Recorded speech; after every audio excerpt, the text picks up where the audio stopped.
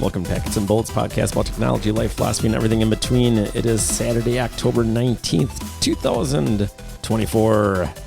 This is your host, Muskrat, along with co-hosts Mongoose and Dubstench. Howdy. Word. With the ongoing conflicts around the world, will we be dragged into World War III in the coming months? Sit back as we read some headlines, answer some emails, and discuss the possibility for World War.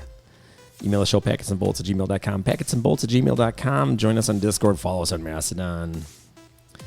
All right, it's been a bit of a delay, and we're still hoping to get the warden back on to discuss your little predictions on the Bears stuff. Hopefully before the world is destroyed by all-consuming war. But that's where we're standing at today. Fall, heading into fall. Yeah, we got 17 days left until Election Day, it looks like. Wow. What's going to happen between now and 2 then? weeks from Tuesday. I didn't even think about that. That's coming up. Oh, yeah, and then we can finally hope to not have political ads for about a month before the next one start, which is seeming what it appears to be the cycle of never-ending election. Speaking of that, now here's a word from our sponsor. Oh, never mind. All right. Well, I know we've all been busy with a lot of fun stuff. We do have some headlines here. I don't know how many. Not too many that I can see, but I know Mongoose likes to throw some more in there, so we'll see how that goes. I don't think I did this time, but let's All right, see well, what this we is got. Yeah. This is an alarming one from theguardian.com. Some condom and lubricant brands contain alarming levels of PFAS, according to study. What is PFAS? Yeah, that's the stuff that basically is a forever chemical and is contaminating a lot of waters around the world, right? And it can cause, all sorts of diseases, cancer, etc. Elbow cancer? Yeah, yeah. Well, several brands of condoms and lubricants contain the alarming levels of toxic PFAS, including styles. It's a style, so I'm assuming certain styles of Trojan and KY jelly. Now, I don't know how KY jelly gets PFAS in it, but the testing conducted by the Mammovation Consumer Advocacy blog comes just as Sounds legit. as researchers found human skin absorbs the chemicals at much higher levels than previously thought. Yeah, well, we should have known that. Now this. So the next paragraph. Especially on your dick. That's the next paragraph. Penis and vagina skin is thin, and the organs have a high level of blood vessels, which makes them particularly dangerous organs to expose to PFAS. Well, there you go. The vagina and penis are incredibly vascular areas, and dermal exposure to these areas are often higher than other places of the body. PFAS are a class of 15,000 chemicals often used to make products resistant to water, stains, heat, called forever chemicals because they do not naturally break down. They're linked to cancer, liver problems, thyroid issues, birth defects, kidney disease, decreased immunity, and other serious health problems. Mm-hmm. As well as exploding eyelashes. Since genitals are so vascular, why don't they administer the COVID vaccine through there? A vaginal rub. Like a dollop of the. Do you think more people would take the vaccine? Probably, yeah. Yeah. More pleasant. Well, it might work. Someone should do research. mRNA for him and her. Docking. If you're an evil corporation, you want to get if you want to get everybody to slip everybody the vaccine. Just put it right in the condom. Yeah. Put it in the condom. All right. Well, I don't know. They're going from that story to this one. I don't know if we want to go right into. Let me see here. There's other ones. I don't want to jump right from that to technology stuff. There's no rhyme or reason into the order of these stories ever. Well, trying to get a flow. Pasture. This is from vt.co. September 13th, 2024. Pasture, who has been to hell, says he saw demons singing Rihanna's Umbrella. Oh, I think I've read Sounds this about too, right. yeah. Sounds about right. So, Is it the one like Umbrella, Ella? is that what it is? Thought so. I So could be wrong. was he really in hell, or did he end up in a strip club? Sounds like hell. Oh man. Or maybe that's a personalized hell for him. So posting on TikTok, Gerald Johnson told his 75,000 followers how it felt to have visited one place none of us wanted to end up back in 2016. This guy looks like 50 Cent, doesn't he? Look at his mugshot. I'm He trying looks to like find 50 him. Cent. Is he way down the page? I'm just looking at the thumbnail on the story. Oh, I don't see that. I'm not seeing that picture, but yeah, I can't see the picture of this guy. Maybe it's not showing But up. do you in my remember when ad blocker. Rihanna did the Super Bowl halftime show? I Yeah. don't think it was last year, but the year before. She was pregnant or something, right? Or is that I one don't of know those about that, but they nip were slip- talking about how the performance was filled with like satanic imagery and Who's they? Like the church, churches, pastors. I don't know, NFL. conspiracy theorists, of course. The NFL's clearly a satanic group. Well, yeah, they might be. All right. Well, anyways, that's what this pastor says. So his spirit left his physical body and went to hell. Now you got to ask why. Why did it go to hell? Yeah, would he have like He's a pastor. What the He hell? had a heart attack. So isn't he admitting that he has been doing naughty enough stuff to get him sent to a visitation, like a preview? Well, what do you find out when he was there? Wasn't he told something? The destination came as quite a surprise to the pastor, as he claimed to have done so much good in the world and helped so many people. During the 5-minute video, the pastor went into detail about the things he saw, adding that he wouldn't wish it on any other man. One of the things I saw that just blew me away was a man on all fours like a dog. He was burnt from the crown of his head to the soles of his feet, he said. He had a chain around his neck. It was a demon holding the chain. I knew that this demon was sent in this man's life to ride him from his childhood to the time that he died. I've seen people like that in pictures of pride parades. Yeah. As I say, is it San Francisco? I was at a show where there was a guy, a couple people in dog costumes being held by a woman carrying the chain. Yeah. Anyways, Like you're in hell? she was not riding them, though.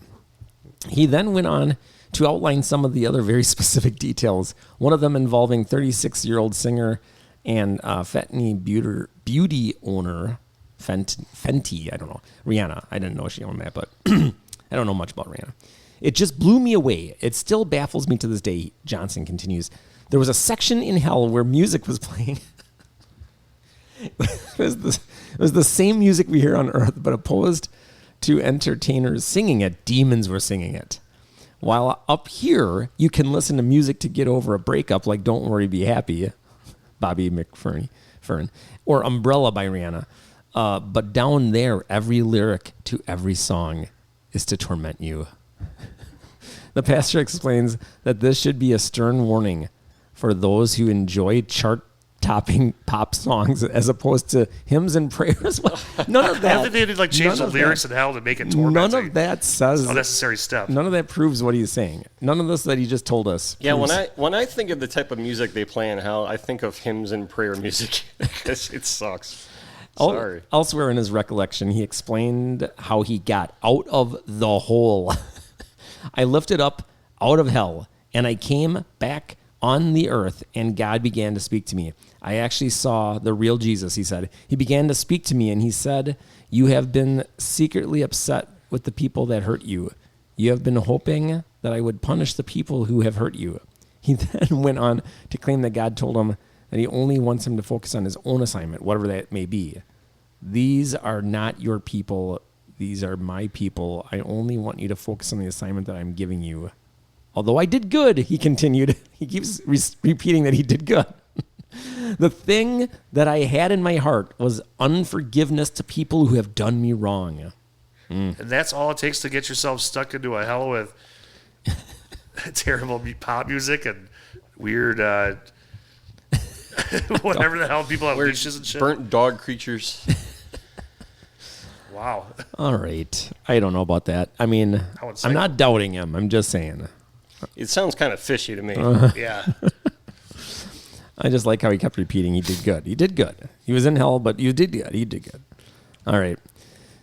I thought we already covered this, but Jane's Addiction concert ends abruptly after Perry Farrell throws a punch at Dave Navarro and is forced off stage by crew. Now, what do you guys know about this? Because I didn't look at the details. Are they still together? Are they No, still no, together? they hung it up.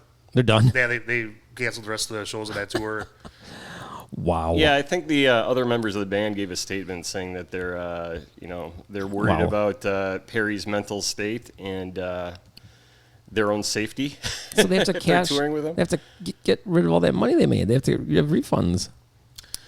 Well, my understanding too is that I forget the song. Do you remember the song, Dub Stanks? But they were in the middle of Old the song. song, that was. There was kind of a breakdown, like musical interlude, where Perry's had in the previous several shows had been kind of just rambling, and the band didn't like it, so they cut the breakdown short and cut him out of that part so he couldn't ramble, and that's what precipitated the Or just started to solo up, or David Rouse just started ripping a solo. yeah. Interesting. That's all it took. Well, that guy's a little goofy, but that was part of the He's allure always been of the goofy, band but back yeah. Part of the allure. late 80s, The early dude's 90s. losing it, man. Well, I think those guys took enough psychedelics to. Yep. He reminds me of the Joker from the Joker movie. Oh, yeah. Okay. By the way, you're going to see the Joker too? I heard it I've heard sucks. it's really bad. Yeah, I'm not probably. I never saw the first Spoiler one. so- alert. First Did one's you good. hear the spoiler? No. Maybe. Should I spoil it for our listeners? Probably. Yeah, probably not. But there were widespread spoilers about the end of that movie that I think is somewhat responsible for the reason it's kind of bombed at the box office. Yeah. Yeah. I just know that the reviews are not kind, and There's also people that, another conspiracy theory, people are suggesting that they intentionally made Joker 2 bad because, and this is the conspiracy, is that the first movie they wanted to appeal and promote violence, but it didn't have the effect that they anticipated, so they just wanted to bomb the whole 2-movie trilogy type thing. they could have just not made Two-movie another one. trilogy. Yeah, because I mean, if you watch the first Joker movie, it's about like class struggle. It's there's some underlying themes that, interestingly, we see like they kind of echo some of the political atmosphere we see today. But I think what these conspiracy theorists are suggesting is that they intended it to stoke riots and things like that, and that's just not what happened. Well, yeah, movies don't normally lead to that, but Yeah. why even make a second one then? Why not just leave it alone? Unless they thought they could make some money. I don't know. I don't know. But the spoiler, which I won't give, is that the ending's pretty fucked up. No. And, Okay. if you're a fan of the Joker, you wouldn't like it. Okay. Yeah, they definitely wasted it. I thought they were gonna, from the previews or the reviews I've seen, it just looks like they wasted the whole effort to make the character whatever. I thought he had transitioned into the Joker, but it still looks like they explore his like fight with the Split, and it's like I thought he was embracing his Joker, and now he's going to be the Joker, which is what I thought the whole point of the movie was. Whatever. Oh, whatever. Yeah, I thought the first movie had a lot of promise, and yep. I mean, I admittedly I haven't seen the second movie. I just read the spoilers and a lot about it. Yeah. All right. Yep. Well, Newsweek.com, Russians told to make babies during work breaks to help birth rate. And that's from September 16th, 2024. Yeah, they're being urged to have children during work breaks to help their country's declining birth rate. But there's a lot of, the modern world is reducing, declining in its birth rates all over. I bet it's a mix of chemicals, Or- education. People I would be mean, like, see- I don't want to bring a kid in this jacked up Yeah, world. It's that too. nuts. See, this is what's interesting though, is because you have on the one hand you have people like Bill Gates who are saying that the world population has to be diminished and that we have a population crisis. Where on the other hand you have people like Elon Musk saying the opposite is true, is that like birth rates are declining, and if we don't start, the opposite is in fact true. So Yeah. Well, they want the birth rate. They want the population to decline. The elites do, but they don't want the young people dead. They want the old. they want to get rid of all those guys and They get, want to get put down fresh. by like a third or something, don't they? If you that whatever that plan is, what was it called? I don't One remember. world order. Yeah, I thought it was more than a third. I don't know. I don't remember. All right. VT.co, September 19th. Zoo visitors demand their money back after realizing the pandas are actually painted dogs. That was Now, awesome. when I looked at the pictures, that was pretty cute. Like, But it was clearly like not a panda. yeah, but I thought it was amazing. I wonder how long they were that went on before somebody spoke up and was like, "Hey, wait a minute." is that a picture of the painted dog? Yeah, mine's not Holy showing shit, it. that looks realistic. Yeah, it does look like. Not the. I'm trying to load it here. Let's see. But aren't pandas like made pretty- in China? Like, Rare. yeah, why would we like? I guess you do it in our country where pandas are just running around. Well, they're endangered, right? So I think that's part of the problem. Isn't there something about having endangered species in a zoo? Or maybe that doesn't apply to China. Yeah, I don't know. I don't know, but the dogs are cute. So panda dog would be nice. Put an order into China. It sounds like they got a few. I think you have all the videos unavailable. I wonder what happened. Ooh, that's suspicious. Did they take it down? What's going on with that? So the only endangered panda species right now, according to the updated list, is the red panda. So normal pandas are not endangered anymore. The red panda, coincidentally, Looks doesn't like a fox, isn't it? Yeah, it doesn't look anything like a real panda. There's less than 10,000 of them. It does look like a fox. It's slightly larger than a domestic cat with a bear-like body and thick russet fur. Belly and limbs are black. There are white markings. They're quite cute. All right. Don't they have like really vicious claws though? I love this. Tear you up. World Wildlife Fund. So they have all these sections for the different endangered species, and then they have a section for each why they matter. Like there has to be a justification for them to exist.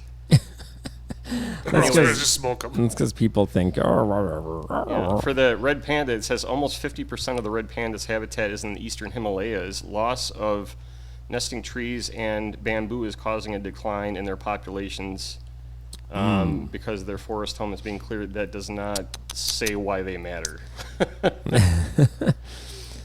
all right. All right. Well, in more news of our horrible failing medical system, NewYorkPost.com. October 18th, transplant donor wakes up on operating table as doctors prepare to remove his heart in nightmare scenario. And if you know anything about me, you know that I don't trust being a donor because I think they'll try to kill you faster. And this guy, they had kept trying to sedate him, and he would like move and stuff, and the people that would ask questions, they'd say it's reflexive movement.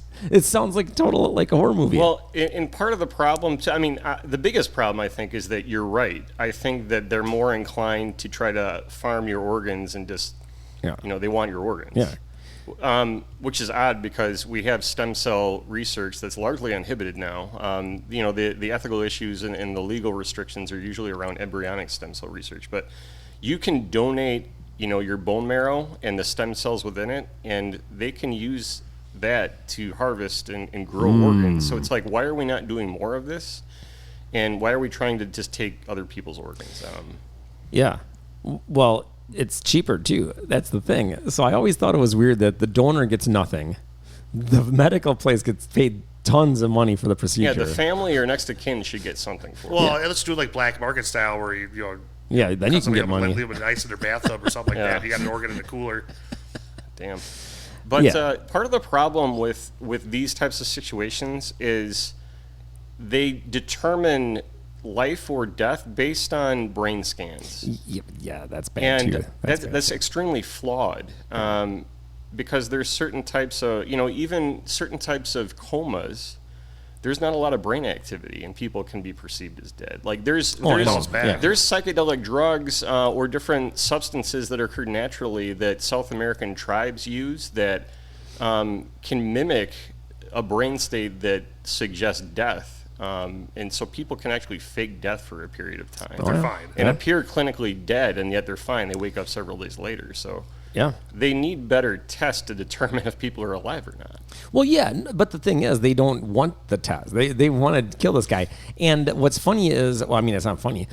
So people were refusing to do the procedure because they could see that he was alive. And this other person was like, get other doctors. Like they should be tried for murder, attempted murder. Like the people that tried to, this person asked for new doctors. She basically because the doctors wouldn't do it. So I don't know how it ended up that they actually stopped the procedure. But the fact is, multiple layers, it went through multiple layers where people were like, no, this guy is alive. And, it's up to the family, too. Don't just listen to doctors when they tell you this shit because they're full of it. Well, yeah, it's like when you come in with like a broken arm and we're gonna take his brain, heart, liver, like that's it. This guy's game over. That's it. Yeah, they do that shit. I mean, I think it varies doctor to doctor, but there's a lot of them that are in the pocket of big pharma, and they get kickbacks, or their practice stands to benefit or not, depending on the types of drugs that they peddle, That is or the right. types of procedures and things like that. So, All right. So just be aware, be cautious. My journalcourier.com. This is from September 18th. Study: eating grasshoppers can improve sleep, hair, and sexual function. So I wonder if this is a Gates-funded study. Wait, did you say hair? Yes. Yes, there's a new natural way to get a better night's sleep, strengthen your hair, and improve your sexual function. And it very, very well could be lurking in your backyard. It's grasshoppers. It's a I study. think I've had like a chocolate coated grasshopper before. Oh yeah. They've got bug candy well, out that's there. that's the type. I mean, that's obviously they're nutritious. I mean, now they're talking about the health benefits, but that's the type of insects that are primarily going to start seeping into our food supply. Like they're trying to get us to eat more bugs. Well, yeah, like we said, like crickets are super good for you too, and there's a few others that are. They're also 3D printing fake meat, lab-grown meat. Yeah, that's gross. Yeah, that's gross. And then people eat it, and they're like, "Oh, it tastes very similar to real meat." Well, Yeah, it's there's called also a Big Mac. There's also like health side effects to that they don't tell these people. But it looks and tastes like real meat, so. So moral of the story: buy your own cows, butcher them yourself. Yeah, basically, yeah, because I just saw a video where the grass-fed beef was being still held within a barn, getting shoved a whole bunch of grass, so they wouldn't even let them eat on the roam, and the grass looked very green. So I was almost wondering, was it like dyed or doctored or something? I'm like, geez, can't we do anything normal? Yeah, you got to do like the Wagyu beef. Yeah, where they massage them. Yeah, like they have like birth certificates with all this data, Yeah. and Not American Wagyu. there's people employed just to massage the cows. Yeah, you have to go to Japan. What a 'cause weird job to have. American Wagyu is not the same. All right, earth.com. Hemp leaf extracts can eradicate one of the world's deadliest pests. I don't know what date this is from, but hemp is emerging as a powerful ally in the fight against global insecticide resistance, with new research revealing that cannabidiol, CBD, the same compound used to treat various ailments, can effectively kill mosquito larvae. Findings from the study published in journal Insects demonstrates that hemp leaf extract, rich in the active ingredient CBD, can annihilate mosquito larvae within a short span of 48 hours. Remarkably, this lethal effect was observed in both strains of the yellow fever mosquito, including one noted for its resistance to conventional insecticides. There you go. Is there anything that hemp cannot do? Right. Yeah. It's the dumbest thing that we make paper from trees, but they didn't want to use something that could grow so readily and easily. They wanted to have that, limited. It's just all bullshit. Everything we do is based on bullshit. Well, a lot of the suppression of hemp is based on the nylon industry because it competed so well. Nylon lobbied in Congress to That's even another outlaw one. that. Wow. So Look at how we fucked everything up because of one industry wants a back scratch. yep, money talks. Can hemp prevent World War III? It could. Probably. Probably. Yeah. If everyone was smoking it, weed, Well, I think that would prevent it too. It's all gonna help. Gross. No, not hemp, but all right. All right, this is good too. In more evidence that everything you're taught about health is all complete bullshit. New York Post, September 25th. Harvard medical study student ate over 700 eggs in a month and his cholesterol levels dropped. All right, so 700 eggs in a month and his cholesterol dropped. Now, to anyone that ever believed eggs were bad for you, I've got a bridge to sell you. Eggs are awesome for you. Yeah. Yeah, it's that whole debate about, cholesterol's bad for you. Like, well, not really. I mean, Right. you need it. It's necessary. Well, it's like the natural fats too. Like Yeah. But Yes. It's like, it's nature's vitamin. And, I don't eat eggs every day, but when I do, I eat like 4 at a time. Yeah. Yeah. So I'm not going to go through this whole thing, but I mean, this is just another debunking of and the reason that this all happened is because when they started looking at heart disease, clogged arteries. They found cholesterol. But the thing is that's a result of high chronic inflammation. Then you can get cholesterol gathering in your arteries, but that doesn't happen normally. And your brain and a whole bunch of body functions need cholesterol. So if you stop eating cholesterol, you're going to be in a lot of trouble. That's why statins cause dementia and stuff like that. So don't, whatever the mainstream is, basically they're trying to get you to ignore that sugar is horrible, because sugar is, and seed oils, which are poisoning everyone. And seed oils are everywhere, especially in America. You almost can't avoid them unless you make your own food. Well, yeah, it just turns into a big cash grab. Yep. Sell you all this stuff. Then, hey, you have health problems, and we can start billing you at the hospital. Exactly. Yeah. And then they harvest the organs. It's a circle of life. Yep. Or are they going to harvest organs from somebody who's unhealthy? Yeah, they don't care. As long as they can get you going a little bit longer, that's fine. 1 egg per hour, every hour for a whole month. Like, did he sleep? Well, I think he averaged, so I'm Could you assuming. imagine like a hard-boiled egg, like eating one an hour? Like, you wouldn't be a pleasant person to I hang couldn't around do that. for sure. No, that'd be Horrible horrible. egg farts nonstop. God. All right. The hackernews.com. Meta fined 91 million pounds for, anyone remember? This came out September 30th.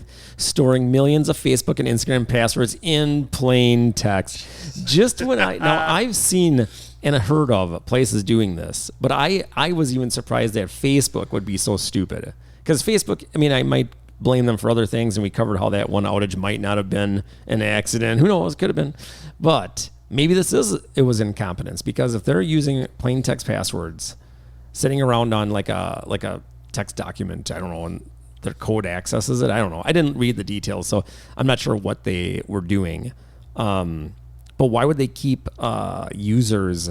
So, okay, here it is. Meta originally revealed that the privacy transgression led to the exposure of a subset of users' Facebook passwords in plain text, although it noted there was no evidence it was improperly accessed or abused internally.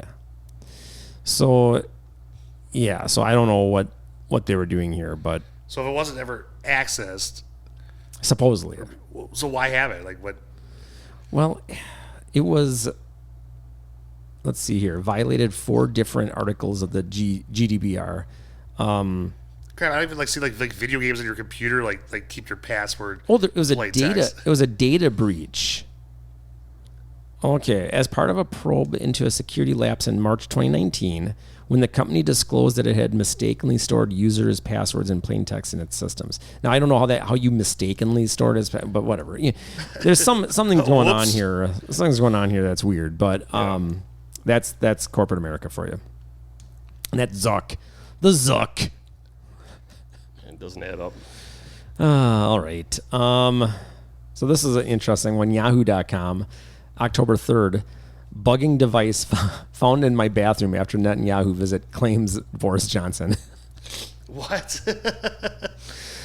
So Boris Johnson, I think he wrote a book and put this in here. A listening device was found in Boris Johnson's personal bathroom at the Foreign Office after it had been used by Benjamin Netanyahu, the former prime minister has claimed. Was it a bugging device or like a secret camera to like at the bottom of the toilet to see his like nads when he's going?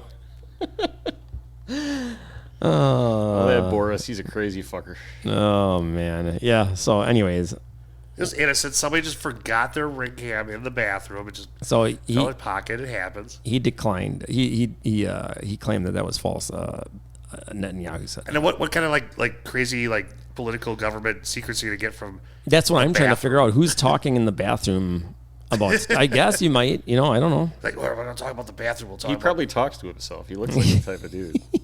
Yeah. All right, whatever. Let's see. All right, so this is express.co.uk. I guess this goes with the topic tonight, October 3rd. Humiliation for Putin as Israel devastates Russian airbase in Syria with missile attack. 30 missiles are reported to have hit the Khmeimim airbase. I don't know if you can pronounce that, Mongoose. In the early hours of Thursday morning, again, this is October 3rd, so earlier this month, And Israel reportedly struck Russia air base in Syria, causing a huge fire to break out. So yeah, more transgressions between Russia and others. So much fighting going on around there. Who can't even keep track anymore? Oh, it's hard. Israel's trying to fight everybody. I mean, I don't know. They're trying to pull a bigger war. I think they want a regional war. All right. WIOnews.com. There's an ancient underwater Stonehenge beneath Lake Michigan in the United States. And this is interesting. They didn't disclose the exact location because they're worried about people, going there messing around. But it's, let's see here. Mysterious discovery, enigmatic stone structure, which appears similar to the world famous Stonehenge sitting below Lake Michigan in the United States. As per experts, the underwater Stonehenge is more than 5,000 years older in comparison to the British counterpart. A team of archaeologists headed by Professor of Underwater Archaeology at Northwestern Michigan College, Mark Holley, had discovered the site in 2007. So it's about 40 feet underwater. So this could go back to the last global civilization when the waters were lower, if you believe in such a thing. Well, it very well could be. I mean, I've been kayaking around the Great Lakes, like Lake Michigan, and you can see skeletons of corals in the rocks on the shore. So it used to be saltwater at one point. Yeah. But you got glaciers moving in and out, that drops fresh water. Stuff changes. I've also heard that there's pyramids down there too, but yeah, there's I don't know if that's true or supposedly something in Wisconsin. There's a lake that there's some pyramid structure underneath the lake water. I can't remember which one that is. I should pull that up too. But yeah, I think this is just more evidence of the previous global civilization. That's my take.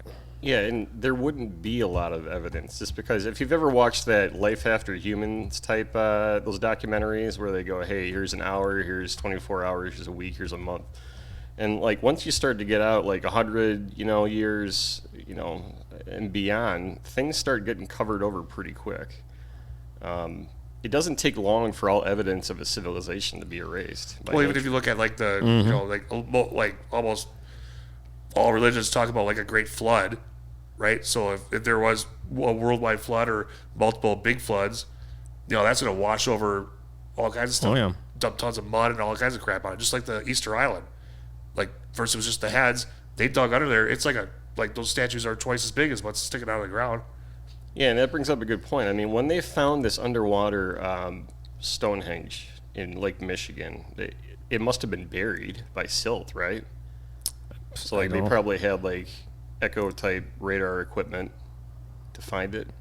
It would be fishy, no pun intended, to go down there and just see that structure just there without being covered up after 5,000. So is it like see the shaped picture, like Stonehenge? Like it's Yeah, got, you see the pictures, right? There's like big pillars underwater. Yeah, that's really odd to me.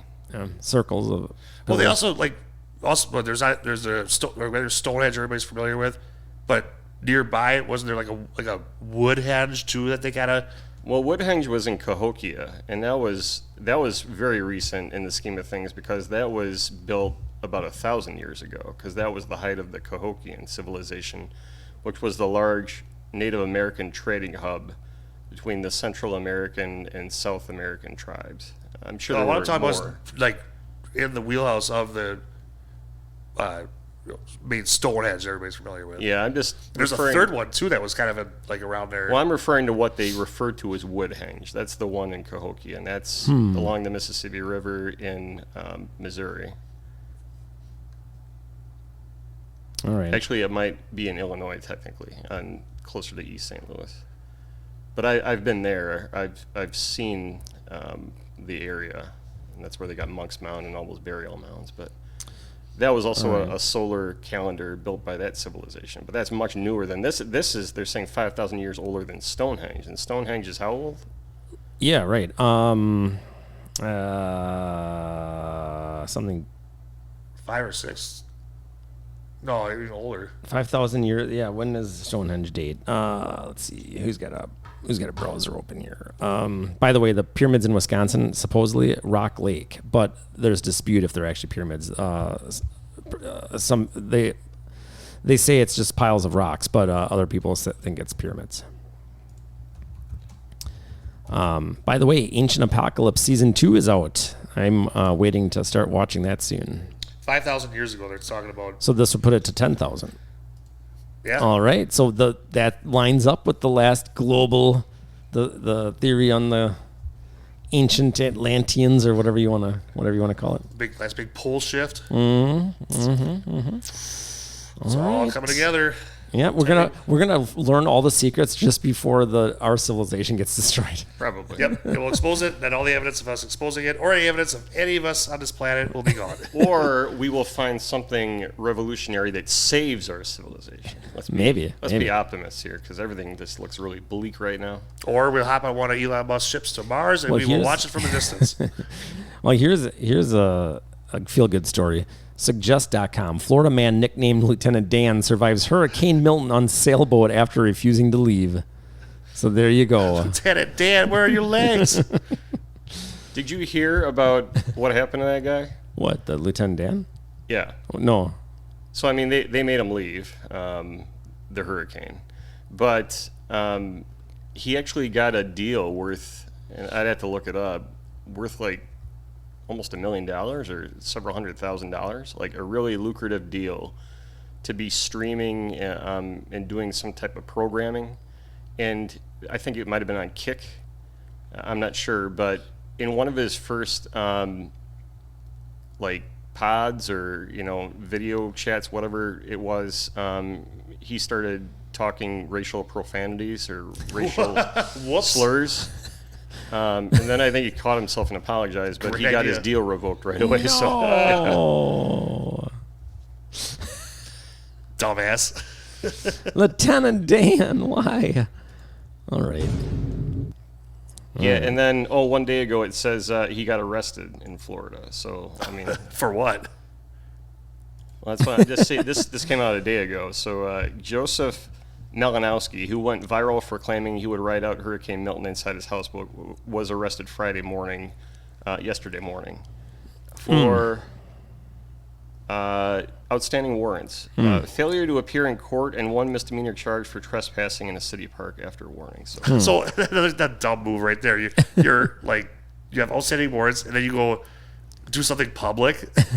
Well, there he is. Of course. All right. While his arrest inquiry lists him as unemployed, Malinowski's occupation was listed as TikTok star, so he must have had that. Yes. Well, that's not something you can claim on your taxes or put. So yeah, he was given some great opportunities and he just fucked it up. So. He sounds a little. Well, you gotta get a publicist. All right, Yahoo.com. Researchers make stunning discovery after examining farmland treated with only organic fertilizer for decades. And it will help us to move forward, is the subtitle there. And basically what they found was comparing that to places that were fertilized by artificial stuff. It creates just much more carbon, much more of a carbon sink. And they actually found, looking at it closer, like the molecules of how the carbon is attached in there. But yeah, like this is where we should be giving farm subsidies to, instead of the giant. No mega, those corporate factory farms should not get any subsidies, and we should be giving normal people subsidies to regenerative farming, so that will suck a shit ton of carbon out of the atmosphere if we get the soil healthier. But we don't do that. No, and we don't plant trees, which is one of the oddest things in this whole global warming, climate change conversation, is that I'm gonna cut them down, man. We are arguably making the environment worse by mining for lithium and cobalt and whatever other minerals. I mean, for a while there, and they're still doing the mining in South America, but Peru is like essentially devastated. Now they have identified new sites for new mines, especially many in North America, that they believe will have a net benefit to the environment, but so far it hasn't looked good. And so here we are advocating that everybody get electric cars Wow. to solve a climate crisis that is debatable, by using technologies that are making the environment worse and ignoring all the traditional wisdom of planting trees to remove carbon from the atmosphere or doing this farming. Well, for the paper industry, like they have to like plant trees. Like I know that probably paper's on a decline for being used at all, but like they say, like most recycling is kind of a waste of time. Plastic but like doesn't for get trees, recycled. if you want more trees on the planet, waste a bunch of paper, like because they have to every tree they cut down, they have to plant like I don't know, a few more. Again, enter hemp into the conversation. I Yeah, mean, well, these right. are very simple, practical things that we could be doing, Yeah. and because they don't make the rich people money, right. they're ignored. Yeah. Yep. Yeah, right. So it's all basically the lithium industry is feeding their stuff because the battery technology is more of a pain. So it's not easily done, and that behooves them. So they'd rather invest in that Yeah, crap. they than, just see new markets Yeah. and more money. Yeah. I mean, Yep. Yep. that's the only reason I'm skeptical about the climate stuff. Is like if you Well- really cared. Well, yeah, they don't want to fix it, but there is a climate problem. They just don't. I don't know why they're being like they're being, because there's stuff we could do that does not involve messing over the, screwing over the little guy. All their stuff is trying to push the little guy to be, screwed. That's how they want to solve anything, and Or it's they not going take to the- work. The It's not going harm to that you work. would be doing, like a way because everybody's got an electric car. Like, oh, I'm saving the environment. Well, okay, but your electricity is coming from this coal plant down the road that you're Yeah. still like burning fossil fuels. So, but you don't see it, so you feel like you're doing a good thing. That's part of it. There are more grids going to renewables, but yeah, still, I think the mining is the biggest. It's a maturing process too. Like it's kind of a new thing. It's Yeah. gonna change. Just like laser disc It's a great technology. didn't catch, but I turned wish to it would've. DVD and Blu-ray. I wish I would have. All right. APnews.com. Former Ozzy Osbourne guitarist Jake E. Lee shot multiple times in Vegas, but last I heard he is recovering. And that was Yeah, I from think last I October read he was 15th. good. Okay. What were the circumstances behind that shooting? Was that just a random drive-by? Well, I mean, wasn't he walking his dog or something? Didn't she say that? Yeah, he was walking his dog. Yeah. So, but we'll never. I don't know if we'll ever find out if it was like someone knew him and Or does he know some crazy secret? Right, And it was yeah. a government he's- black op thing to get Well, him. who shot him though? I'm wondering because look at and I'm not professing to be an expert on this, but random drive-bys are extremely common in some South American countries. Like Brazil's got a lot of it. Colombia, some of these countries they have. Whether they're favelas in Brazilian terms or ghettos, if you're walking around, you can just be indiscriminately shot in like a drive. Yeah, people just drive around messing around with guns. Like, And I'm not even talking about like the hired killings, which are very common down there too, and assassinations.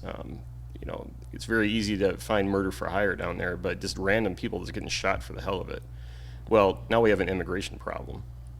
Debatable, some may say, but I think there is one. And if you're bringing those type of people here, like, well, gee, now we're seeing like indiscriminate drive-bys in Vegas, which isn't far from the border. well, he wasn't really Well- too far from off the main strip, was he? Well, So- he was 10 miles south of the strip. And it was in a neighborhood. And if he was walking his dog at 2:40 in the morning, that's weird. I don't know. I think there's some sus not going really. on here. Vegas is the city that never sleeps. I get that. There are But some pretty shitty areas. Plus, he's a rock star too, so he can do whatever he wants. I get that. But I don't know. But the investigation's still ongoing. So apparently they don't have anyone. At last, on this, I don't know Probably if won't there's, really hear much else about it. there's an update somewhere else. But I want to know how I wonder if he just got shot in like random, or it was a 22 and it didn't really. I don't know, because he doesn't seem to be. I don't know. All right. Well, here's a nightmare for sysadmins. TheRegister.com. Sysadmins rage over Apple's nightmarish SSL TLS cert lifespan cuts plot. They want to take the max validity down from 398 days to the proposed 45 days by 2027. That's crazy. Oh, you better have all your automated stuff going, man. I already hate certs. And it's Yeah, it's annoying. Well, and like the big problem I've run into in IT is that a lot of people don't take the time to understand certs because like they can be complicated, but like Well, there's that. Yeah. they're not so bad once you understand them better. The problem is people don't spend the time to get to understand like certificate chains and things like that. So I mean, we got time for that. Yeah. But even the problem that I've seen, because the answer to this is really just to get your cert renewals automated. But you always have those like older systems, and even if you do it right, it can like be some weird thing where it's like, oh, it's still presenting the old cert even though we installed the new one, and oh, did you do this, and oh, did you do that?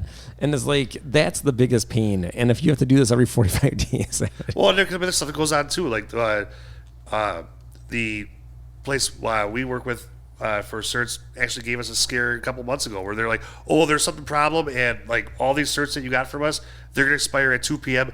today. Awesome. And like so everybody's like scrambling trying to figure out and get all the stuff replaced and figure out if they're impacted or not. Just a well, maybe they should get rid of wildcard certs because those are insecure. Do that first. That'll piss everyone off. The question weren't wild cards. The ones in question that we had to deal with. No, wild cards. I'm just saying in general. But if you did that, it would freak everyone out because people use wildcard certs for way too many things. Yeah, and I mean, they say in this article too that Google's also pushing for, in this circumstance, they were already Google's was the one that spearheaded the reduction to the current 398 days. Like before, you could get like 3-year certs. Right? This is Apple asking for. You get like 10. But you can almost get like 8-year certs. So Apple's like, move over, Google. We want to be bigger assholes than you. We can top that. But it says in this same article from the Register, it says that. This follows a similar push by Google, which wants to reduce the maximum TLS server authentication subscriber certificate validity to 90 days. So, well, that's all that's going to happen is they're going to drag this down. People are going to automate it, and then somebody's going to figure out a way to exploit that because it's automated. Everybody stops looking at it. Then you got another problem showing up. Hopefully, if you can support Acme, that's the way to get renewals going. But what would be the 90 days? Well, that's the TLS authentication subscriber certificate validity is what it says. But the 90-day plan proposed by Apple would be gradually implemented. So it says, if accepted, the proposal that is, it would shorten the max certificate lifespan to 200 days after September of next year, then down to 100 days a year later, and then 45 days after April 2027. And then reduction down. It says the ballot measure also reduces domain control validation, phasing that down to 10 days after September 20th. Yeah, they're trying to. So basically, and I've been telling people at clients, domain validations are probably going to be on the way out. Like, they're not that strict.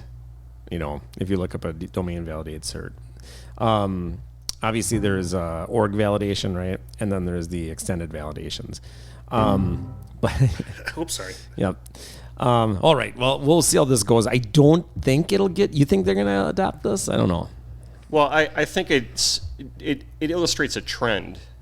They may not adopt this proposal, but I would expect that they are going to continue to be reduced. And I agree. Like the solution is you have to have better processes in your organization, and you have to automate these types of renewals. Yeah, whether it gets that extreme or not, that's up for grabs or questionable. But I think like 3 or 5 years from now, it's going to look different than it does today. They better reduce the cost of certs.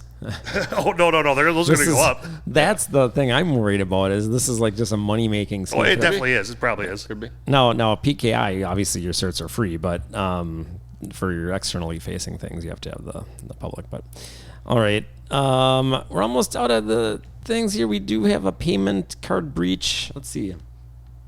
This is on malwarebytes.com, but September 10th. Payment provider data breach exposes credit card information of 1.7 million customers. So there you go. And how much you want to bet? I didn't look into it, but how much you want to bet these guys were PCI certified?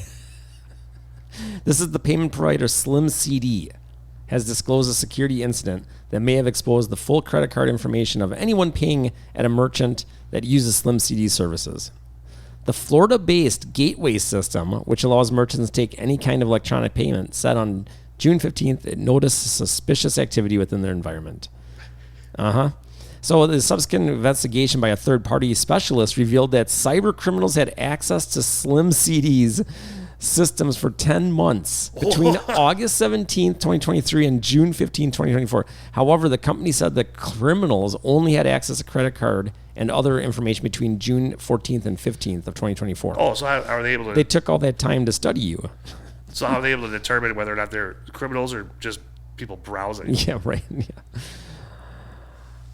So the information included full names, physical addresses, and credit card numbers, including expiration dates. The company said it is not aware of anyone yet using the exposed information. So there you go. Well, this isn't as bad as everybody getting their social security numbers stolen. Yeah, from the background thing. And it boggles my mind that wasn't a bigger story, like because it was like a good. Mine got stolen. It was a big part of the U.S. population. Like Yeah. you Yeah. guys might Oh, have been yeah. affected too. It's probably everyone. very likely. Yeah, if anyone thinks that these companies are taking care of your data, you got another guest coming.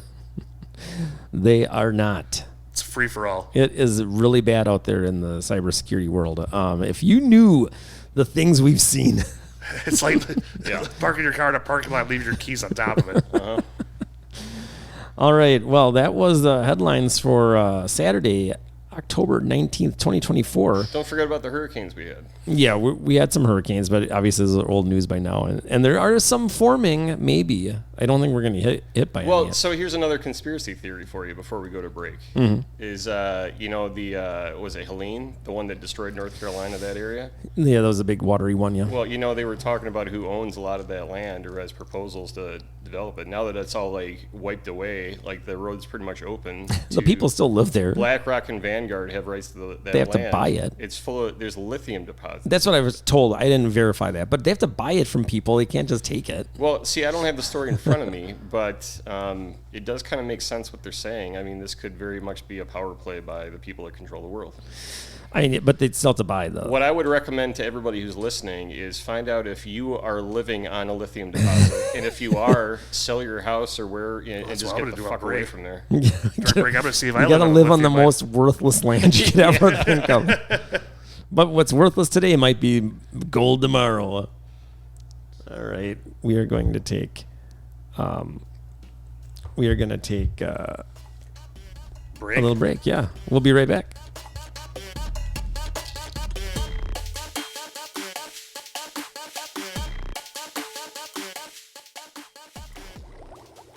Hank Carlson here, proprietor of Baked Beans and Books and Furries Wear Boots. Did you ever wonder how many bites it would take to get to the bottom of a giant vat of baked beans? Well, I tried it once, but all the beans kept collapsing in on the hole I was making. I ate the whole vat. Stop on down to Baked Beans and Books to get yourself a heaping handful of baked beans and peruse the selection of books. While you're at it, stop at Furries Wear Boots. 11111 State Street, Madison, Wisconsin. Baked Beans and Books. When books just aren't enough. And we're back. Saturday, October 19th, 2024. Email the show packetsandbolts, gmail.com, packetsandbolts@gmail.com. All right. I am not, since we had a lot of stuff to drink last night, I'm not going to be drinking too much today, but I am drinking a Oktoberfest from Eyinger, or you know that? I don't know. I've never heard of that, no. Ayinger. It is from Germany, and it's pretty good. It's pretty good. Any sense it's October? Yes, the Oktoberfest festivals are happening all around. All right, so we do have, but even though we're not making a drink, I'll turn the cocktail music on. This will be for emails as well. All right, so I'm going to take a sip here. Almost over my hangover. Get back on the horse. The hair of the dog, right? I got my Guinness here. I wasn't moving too much this morning, but Weird. I thought you guys would be totally fine. I was better off than Mongoose, I think. But All right. Never would have guessed. All right, I got an email from Neil here. Neil writes, you need to have an update on the UFO topics. Yes, that is probably our number one request. We should probably just switch to an all UFO show. But in addition, what are your thoughts on quantum computing cracking encryption? I heard China might be close to doing that, and we forgot to cover that story. Yeah, didn't we just talk about that recently? Yeah, so China's been talking about it for a while, and actually there's a story I wanted to follow up on that I don't remember where to find it. Someone had published or discussed a possibility of cracking things based on like frequencies in music, and I was interested on that, but Like I encryption? can't remember. Yeah, like he was working out a way. He said that using like, I don't know, patterns and frequencies or whatever, and solving encryption cracking that way instead of like the traditional way. I got to try to find what the hell that guy was doing and where his information is. But the China said that it could crack RSA encryption with its quantum computing, and I think they were doing up to 22 bits. So they're still far away from cracking anything modern, especially since it's considered you should be using 2048 for RSA, and some people are using 4096. But as some people have said, this might mean that within a few months, some breakthrough happens that no one can foresee, and it shoots the quantum computing right through the moon. There are quantum resistant standards out there, but they're more in testing, and not everyone supports them. So what is it, Kyber? I think it's like the Kyber protocol. And I was evaluating those, but we really can't use them for anything meaningful because there's just not enough support. But I was playing around, potentially toying with the idea of using some of those. So that's the answer to that topic, Neil. It might be coming, and asymmetric encryption is more at risk than symmetric encryption from quantum attack. But in terms of UFO, yeah, we should probably get something going for that, and we'll keep you posted. We got a couple more episodes this year, I think, maybe, if we do. Can we do 2 more? We'll see. We'll make it a goal. We have to follow up on Mongoose's predictions soon. Oh yeah, that's part of one. Isn't that like a post New Year one, or is that pre New Year? End of this current year. Well, I think we'll wait till after the election because a lot of the upcoming predictions from Mongoose the Seer will be largely determined by. Are those 2 years old now, the predictions? I can't remember. Well, it's likely our next podcast will be after the election. Probably. I will offer an ad hoc prediction right now that Kamala Harris is going to win, Dun, dun, dun. and because everything's rigged, and there's going to be civil unrest that follows. But I'll tell you, if Trump were to win, there's going to be even more civil unrest. Dun, dun, dun. So, would you say civil unrest to the point of a potential civil war? Dun, dun, dun. Well, I could see a lot of Texans rallying for secession if Kamala wins. But I think generally, I think the people that are more likely to participate in civil unrest are more of the ideological leftists, or the people that support Kamala for president. So if Trump wins, everybody's going to be freaking out because, fascism. And there's going to be people looting and burning, and there's my prediction. Well, you don't really need much of a reason for looting and burning these days. You just I don't.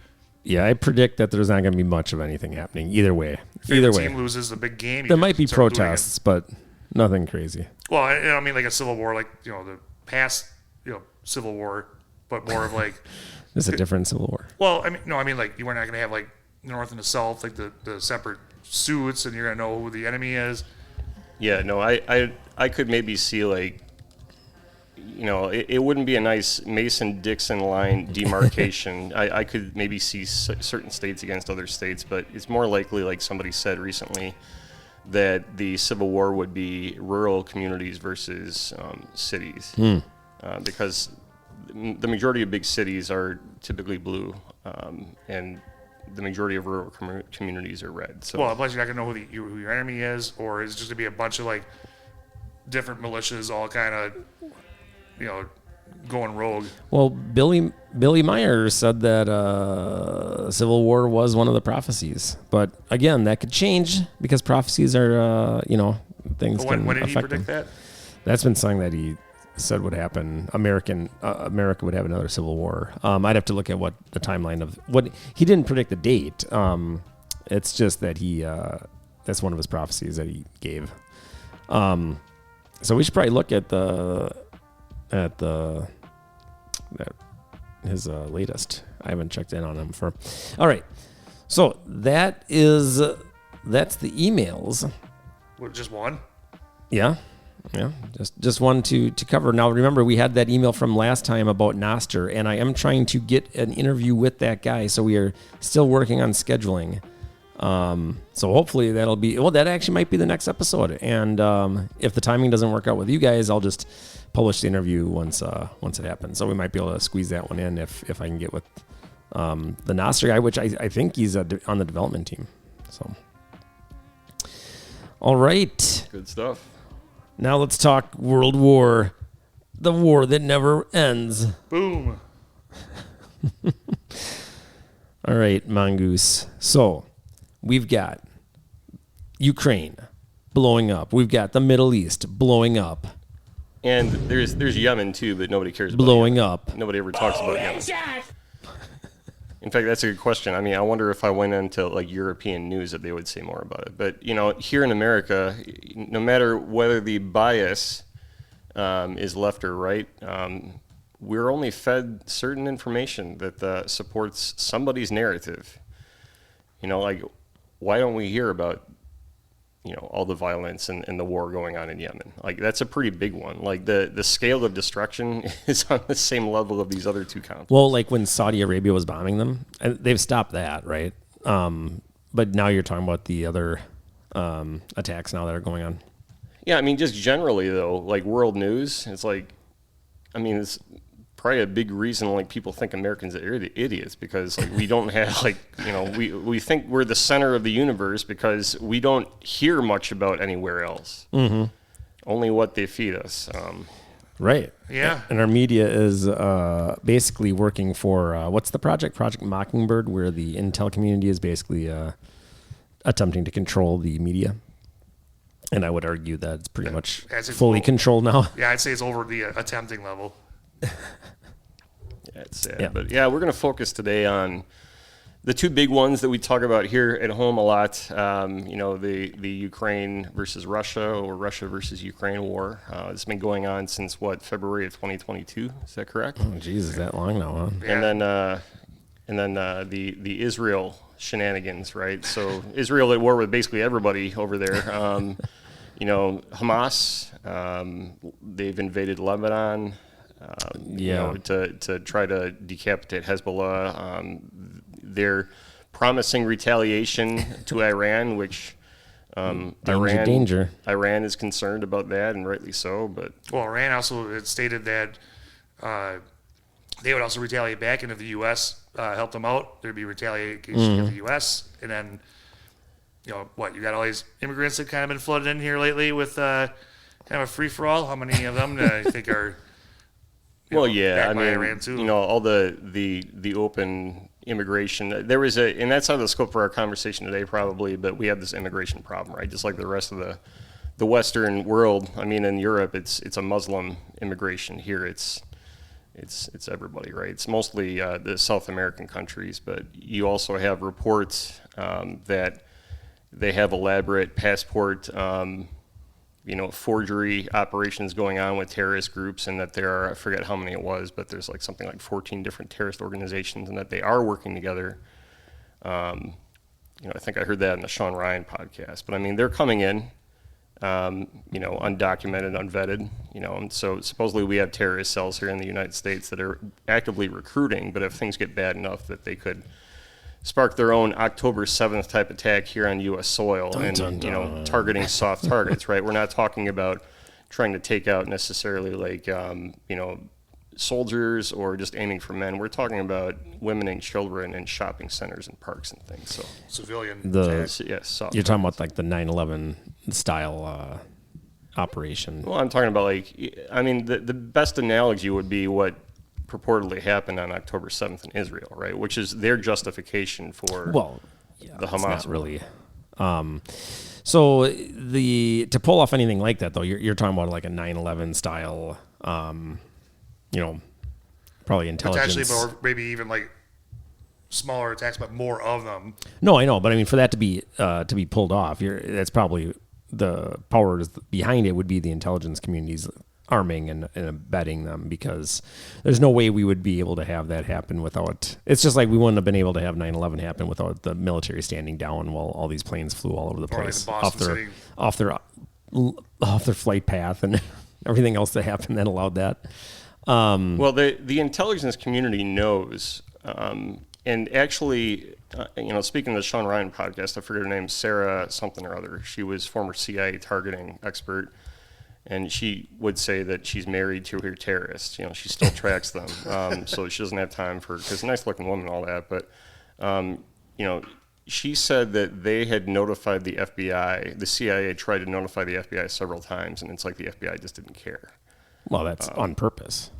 That's my of argument. course. Well, it's So- either on purpose or they get flooded with so much, potential. There's a million explanations for it, but I mean, the fact remains is that there is a potential for violence on U.S. soil. 9/11 type attack. It could happen all at once, coordinated across the United States. You could have these types of attacks on soft targets, American civilians, in all 50 states at the same time in coordinated fashion, or you could have it, basically a whole theater of terror where you have day by day different attacks going on. It's scary, right? So get your CCW. Well, something going on here. Jeez. Wow, that's World War III coming. No, that's just our podcast getting rated. Yeah, get your guns, man. So Well, if something like that happens, that what I'm saying is that's going to be the 9/11 excuse to continue the, we're petering out on our war mentality here. People aren't supporting the wars that are happening, and they're going to need a new false flag to make it happen. it's So that's going to absolutely be true. Well, also they getting wars that started up that have an unclear enemy and an Yeah. unclear conclusion. no objectives. Yeah, so they can just last forever. Yeah, yes, that's the modus operandi now. All right. It's to keep the military-industrial complex rolling, and that's essentially feed the just beast. feeding the elites and keeping their money and all that. So, but for now, we continue to send lots and lots of aid to Ukraine, which I think is just a massive money laundering operation, as well as filling the coffers of the people responsible for the military-industrial complex. And why do I say I think it's a big money laundering operation? Well, if you go on to government websites, so I'm specifically looking at the U.S. State Department fact sheet. This came out updated 2 days ago. The U.S. Security Cooperation with the Ukraine fact sheet, part of the Bureau of Political Military Affairs. And then I'm comparing that to the Council on Foreign Relations and what they say that the U.S. has provided to Ukraine in terms of aid. The State Department says that to date we have provided more than $64.1 billion in military assistance since Russia launched its Jeez. premeditated attack in 2022, and approximately $66.9 billion in military assistance since Russia's initial invasion of Ukraine in 2014.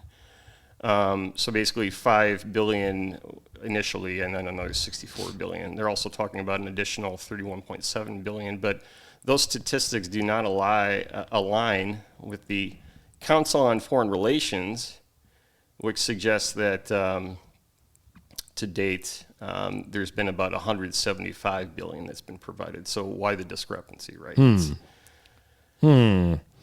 Seems sus. Yeah, according to this, and according to this, the latter, the most recent bill was responsible for an earmarked $61.3 billion U.S. dollars just from April 2024 alone.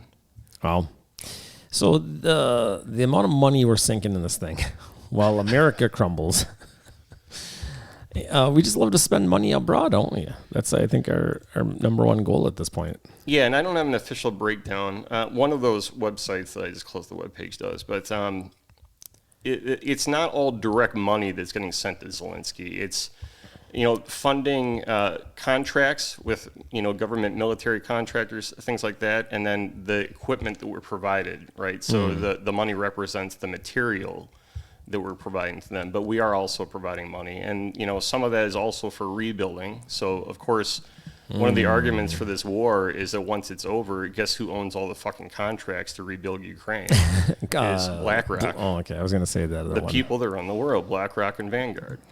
All right. I was going to say Cheney's, what was Cheney's company? Built Iraq, rebuilt Iraq. The oil company. It was a construction thing, though, too. Oh, shit. Whatever the company was, didn't it change names anyway since then? Yeah, maybe it's part of BlackRock now. I don't know. Yeah. It's Halliburton. Nah, that's right. Is that part of one of those big ones now? It could be. All right. But, so there's that. So, and I haven't read anything recently about the approval for using U.S. munitions, long-range ballistic missiles to shoot, or fire into Russia. But there is more and more of that going on right now.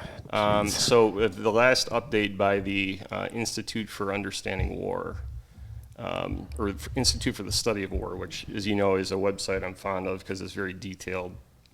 I think they were just talking recently about another attack that Ukraine made on a microelectronic plant. That was actually Ukrainian drones, but it's just demonstrative of, the type of, attacks that Ukraine is trying to take into Russia. But I don't think it's really helping at all. If you look at the interactive map about where the battle lines are drawn, nothing has really changed much in the last year. Like, there's a big stalemate. Russia pretty much controls all the land they took within the first few months of the war, and that's just kind of where it sits. And they've talked about, Ukraine counteroffensive, and they're invading Russia. That's not happening. And what about Kursk? The Kursk offensive? Yeah, it's all bullshit. So in the meantime, Russia's like, lots of people are dying. They claim that the estimates of the Russian dead and their soldiers that are dying are overblown by the West, and probably. But they just struck a deal with North Korea. Yeah, now that is something I have not heard yet until you were bringing Concerning. it up. Yeah, it is very concerning because we can talk a little bit about the implications of this, but we already know that, they're forming their BRICS alliance, which is largely economic, but we know that, months ago, there was a deal struck up between Putin and Kim Jong-un for, an exchange of materials for North Korea in exchange for North Korea providing, military supplies to Russia. Well, that's now escalated into troops. So according to South Korea's National Intelligence Service, North Korea has agreed to deploy 1,500 of their own special forces troops to their front lines in Russia. There's videos that I saw this morning of Russian leadership passing out Russian uniforms to North Korean soldiers as they're, getting deployed to the front lines. And there's probably thousands more troops to come after that. So pretty soon the Ukrainian soldiers are going to have to not only put up with, the Russians and the existing mercenary forces that are fighting there, but also North Koreans that are being supplied. And of course, their population is huge. They have probably the largest or one of the largest standing militaries in the world. And now when armed with modern Russian weapons, and by the way, it's a fallacy to say that Russia is, that they're using broken down trucks and all that stuff. That's widely reported in the U.S. media, but the evidence actually suggests that just like in World War II during Barbarossa, where the Nazis turned and started attacking Russia sent a lot of their antiquated forces against the Nazis. Stalin did, and he withdrew his best units and rebuilt them and retrofitted them, and they came back with even better weapons. And that's exactly what's happening now in this war. Is the latest Russian military technology is being ramped up.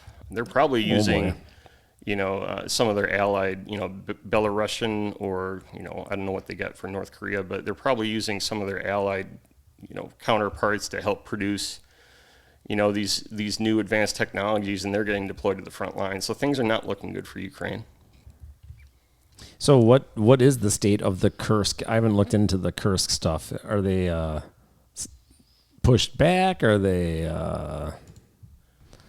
I have no idea what's going on with that because that was what the Western media was focused on.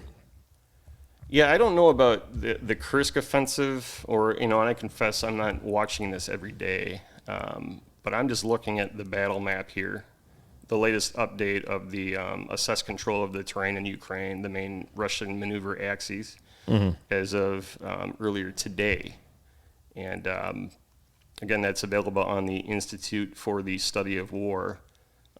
Every day they have an updated battle map, and the battle lines are all pretty much like I said they were early on. I mean, not much is changing. There's not much All right. being given up or taken. I think they're kind of at a standstill. Of course, there's still a lot of death and destruction. There's a lot more partisan activity by Ukrainians, especially in the areas in the south of the country, the south, like east by Melitopol, I believe it's called, which was widely in the news early in 2022 when the offensive started. There's a lot of fighting there, but So do you think? So I'm looking at this North Korean troops, like you said, seen being equipped, yada yada. So at what point will we know if they're actually going to be deployed?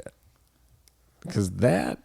Probably after it happens. well, I would expect it's guaranteed. I mean, do you think that communist regime in North Korea is going to care about like whether those soldiers live or die? I mean, I'm just saying, like, do we know, like, if this actually happens, this is going to be interesting. Or are they being integrated into the Russian army? They'd be like following Russian generals and.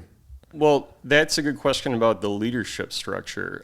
Traditionally, though, in these types of situations, not just here, but other incidents of war throughout history, is you would have different divisions formed. They wouldn't be intermixed, right? That just foments communication issues amongst like the fighting men. So, and it would lower morale, right? You're going to want North Korean troops in their own division. It's a good question, though, is whether they're reporting up to North Korean leadership, who are probably rolling up to Russian, or if they're just going to be.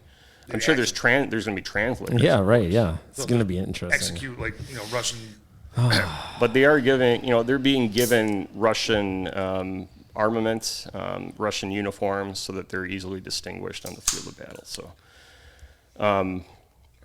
cannon fodder for the Ukrainian drones. I don't know. I don't think Kim Jong-un cares, but that's got to be really depressing. This could totally be like a psyop by Russia as well. That's what too. I'm wondering. Yeah, it's Just to so try strange. to ruin Ukrainian morale and bring them to Yeah. the negotiating table. It came out a couple days ago that Zelensky proposed a new victory plan, and he proposed that to Western leaders, including U.S. Congress. And it sounds like his plan is not very well liked. Why? What is it? Well, I didn't read all that. I came across that in the news this morning. I didn't look into it. Not but, liked by America. Well, yeah, but by our congressional leaders, didn't sound like they were a huge 'Cause fan of this, because it's probably probably want billions more dollars. Yeah. Well, I mean, if it's a peace plan, you're saying.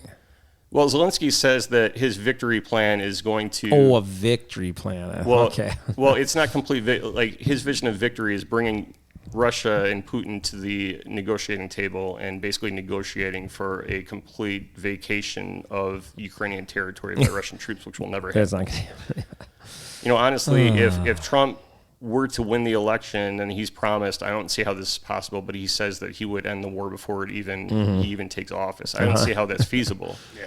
But given his rhetoric, I mean, I could see him negotiating and saying that we're going to withdraw all support from Ukraine, putting the pressure on Zelensky, and then trying Zelensky's to. I toast think on the him. most logical peace treaty between these two countries that could end it is saying, Russia, you keep the Donbass and much of the territory that you have now, including Crimea, which you took in 2014, and the rest of it, you just stop. So there would have to be concessions for Ukrainian territory. I could see Putin also asking for NATO stepping back, because I think, to Trump's point, I don't think it's necessarily Zelensky's fault. Although, Well, he's you know, a useful idiot. but I think a lot of this like came to bear because NATO infringing, and I think it's analogous to the Cuban Missile Crisis when when they put nuclear missiles in our backyard. Right. Yeah. Because we had them in Turkey, and Russia didn't like that, so they put them in Cuba, and the negotiation to get rid of them from Cuba, actually Kennedy did remove them from Turkey, but quietly, without fanfare, because he didn't want to look. He's also but that was gonna, part of the deal. Yeah, and Putin's also going to want to guarantee that Ukraine does not join NATO. Yeah. Our rhetoric right now is that it's inevitable that Ukraine's going to become part of NATO, and that puts NATO right on the border with Russia. Which and he hates. Yeah. I don't think Russia would ever. They'll never go for that. So Right. something's got to give there. Yeah, and NATO is supposed to be antiquated, especially when the Soviet Union fell. They were supposed to be. What's the point of having NATO if the Soviet Union disbanded? NATO should have gone as well. All right. Yeah, so in the meantime, Russia's pissed, right? So they are starting to ramp up their discussions of nuclear war. They've been holding military drills and nuclear drills. They've been developing new weapons that we have not seen as part of their arsenal. Those being, medium-range, ground-based, intermediate-range nuclear missiles.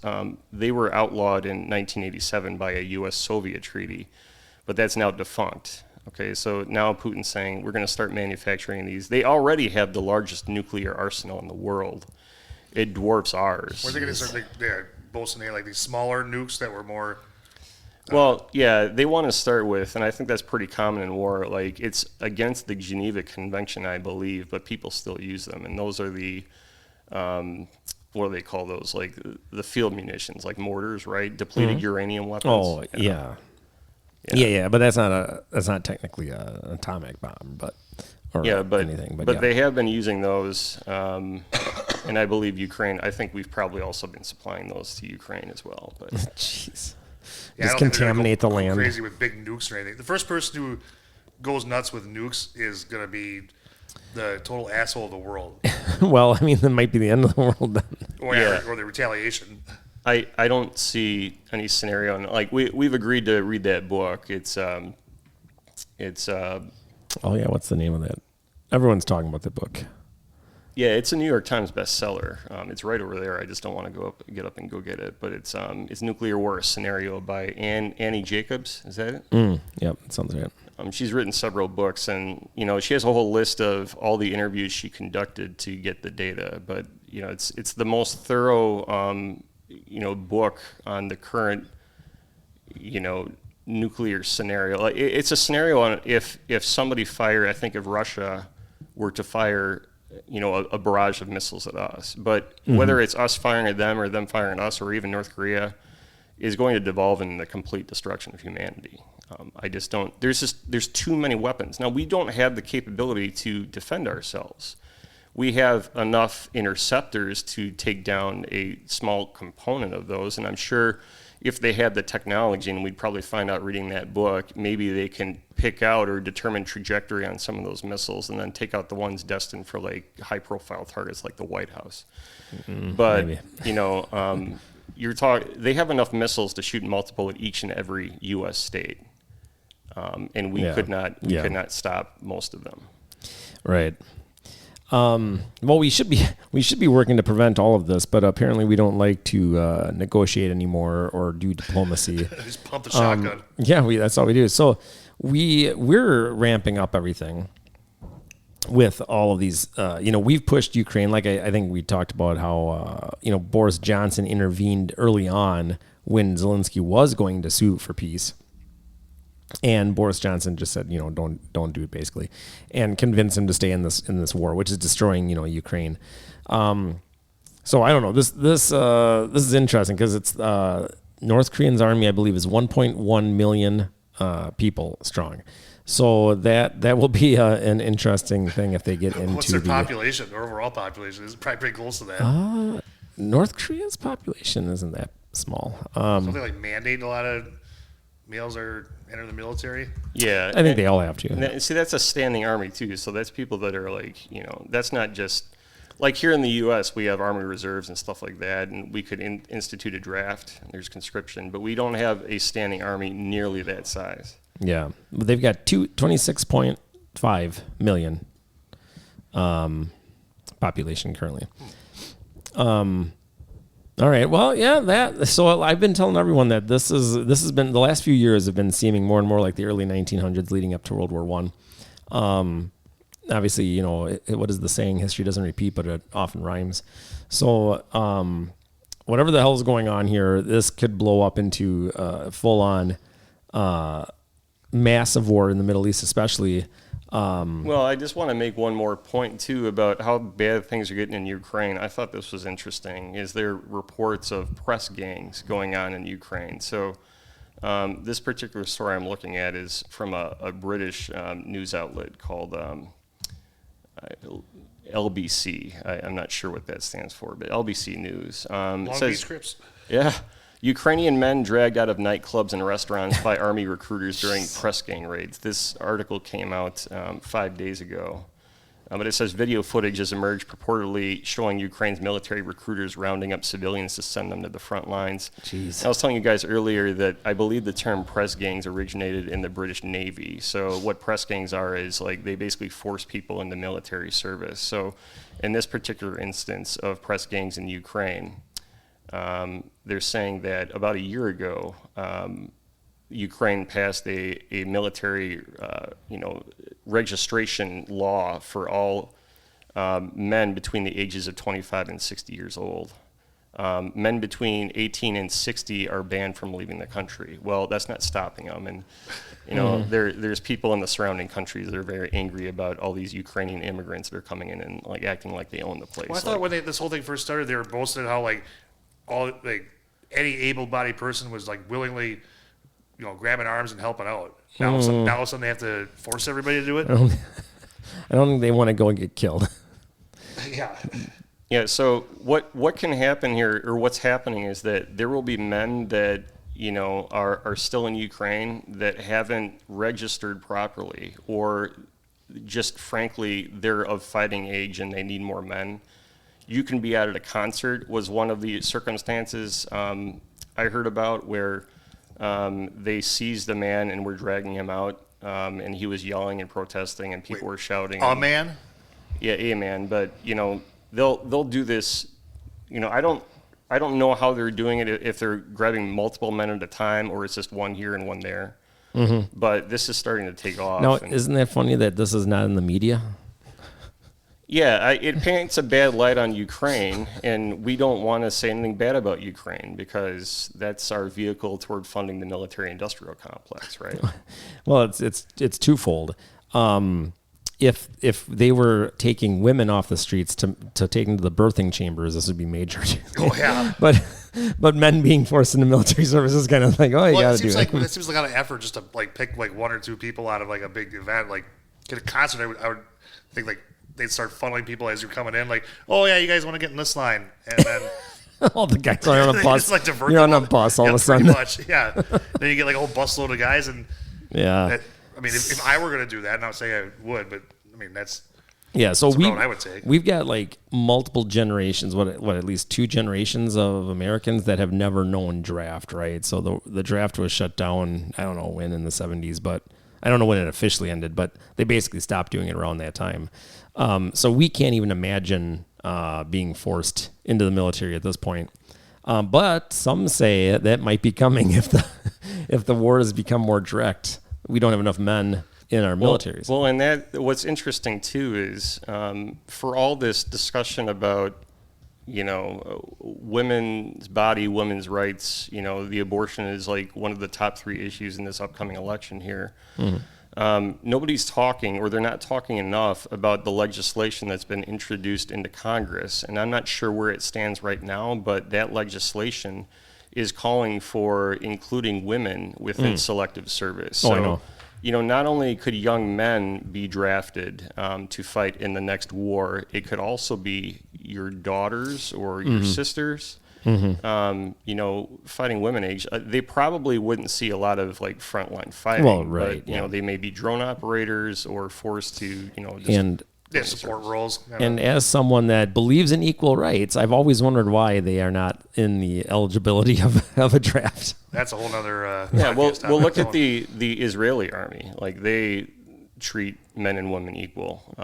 It's very common for women to be in military. Yeah, they both have to serve. Yeah.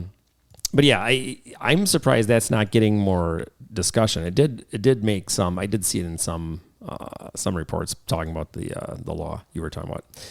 That's just for selective service. That doesn't mean that they would get drafted. Just registering for selective service, which I think probably is a no-brainer that they should. Yeah, because guys, if you don't do it, you can't get student loans. There's other stuff that is a consequence if you don't register for selective service. Like jail time or criminal action too. You don't go to jail for not registering for selective service, but you can't get loans and stuff like that. If you dodge a draft, if the draft was instituted, that was jail worthy. But yeah, so that shows desperation and the fact that again it's not being covered. Well, at any rate, we've got the nuclear problems with Russia. The reason Russia's talking about this is what the media doesn't talk. They're never giving a nuanced conversation. But the reason that Russia's kind of being a little boastful is because they're worried that NATO or the United States or both is going to intervene more directly. And at that point, Russia wants to make sure they have on the table the nuclear deterrent. Hey people, we're serious here. Don't go. Well, they've been don't be coming in here flying nukes around since this whole started. Yeah, but the threat of NATO directly. That there's troops from French Foreign Legion troops or something have been in Ukraine. There's other entities fighting in Ukraine, and Russia's trying to make sure that the West is aware that they are going to find it very provocational if Anybody else I was gonna. Well, there's already mercenary forces. There's in fact that Sean Rausch or who is the guy supposedly tried to assassinate Trump on the golf course? I don't know. I was just looking that story up. But you know what I'm talking about? So supposedly that guy was working to sign up mercenaries to go fight over there. But I think people said that he was like a crackpot. But there is a lot of that going on where there's a lot of ex-soldiers, ex-military from the United States, Britain, etc., that go over there to fight just because they like to fight, I guess. I don't understand it, but.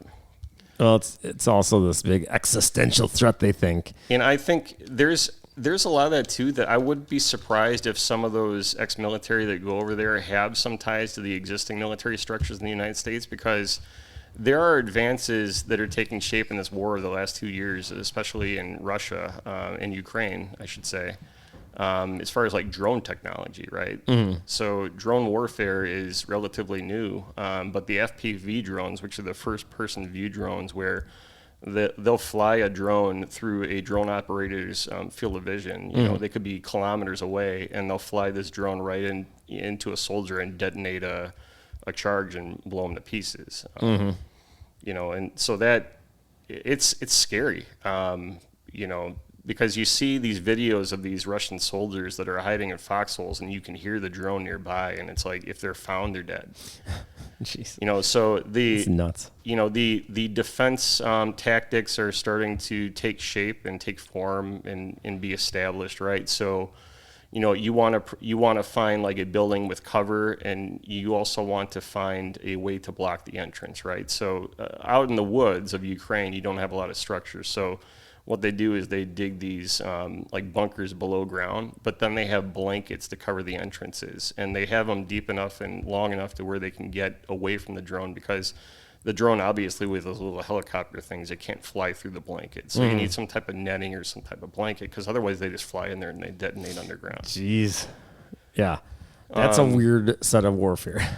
It's odd because the military there has not supplied as many shotguns as people have asked for. They're starting to do more of that now, but like birdshot, type of munitions for shotguns are extremely effective for drones.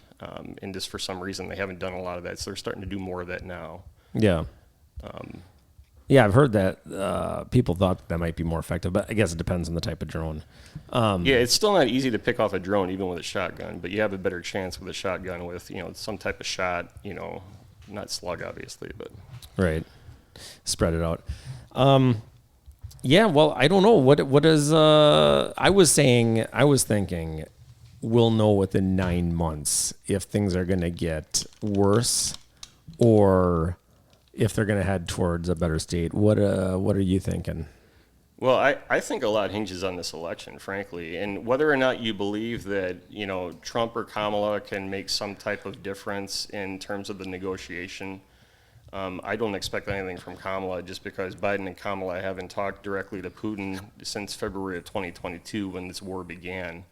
And I'm a firm believer that you should always have communication with your adversaries. Like communication solves problems, right? Yeah, you got to have diplomacy. They claim that Trump is, Putin's puppet, but let's be frank. It's like he's not afraid to talk directly, and sometimes you catch more flies with honey than vinegar. So even though Putin says he endorsed Kamala, I think that's just kind of his trick to say that, like, well, everybody thinks I'm the devil. If I endorse Kamala, that I'll get in office. Yeah, well, but whether or not you believe that's going to happen, I would say if I'm in Putin's shoes and Kamala gets elected, I'm expecting more aggression from the United States, and that's going to, influence my decisions to maybe ramp up some of the things that I'm doing there. And if Trump gets elected, maybe he's thinking maybe I can actually talk to these people and maybe I can talk some sense into them. We can come to some type of mutual agreement and not have to fucking continue this war. well, I don't know. I'm not confident on either party. I think, and even if we did end the Ukraine war, we'd be looking for the next one.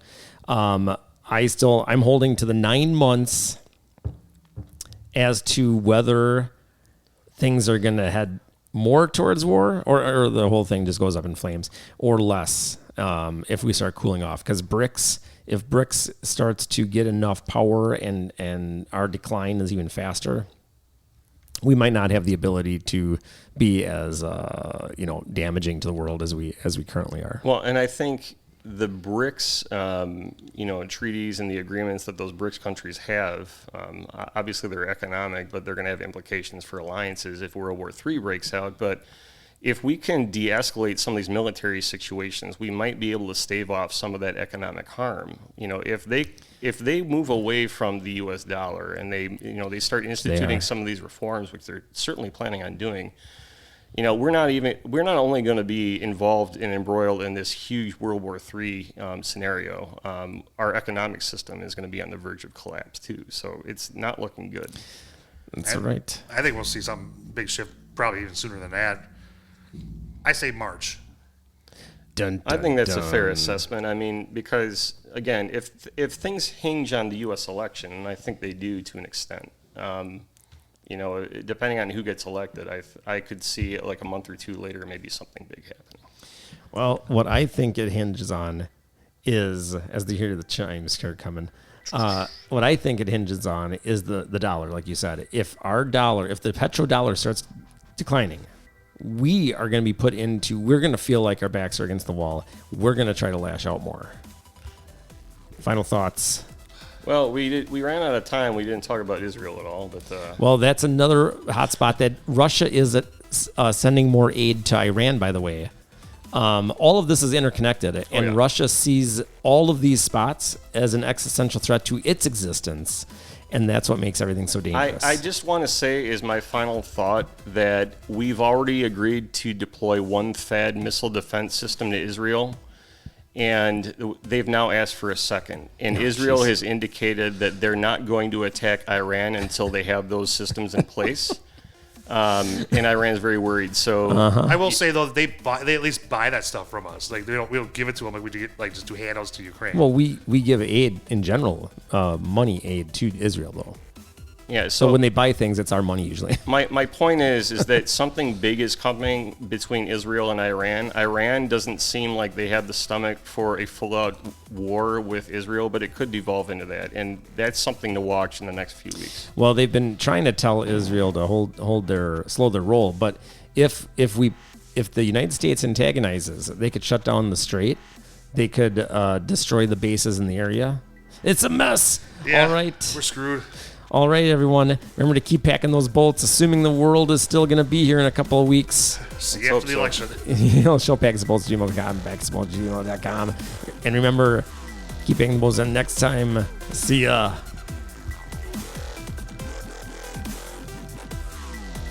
Real goat.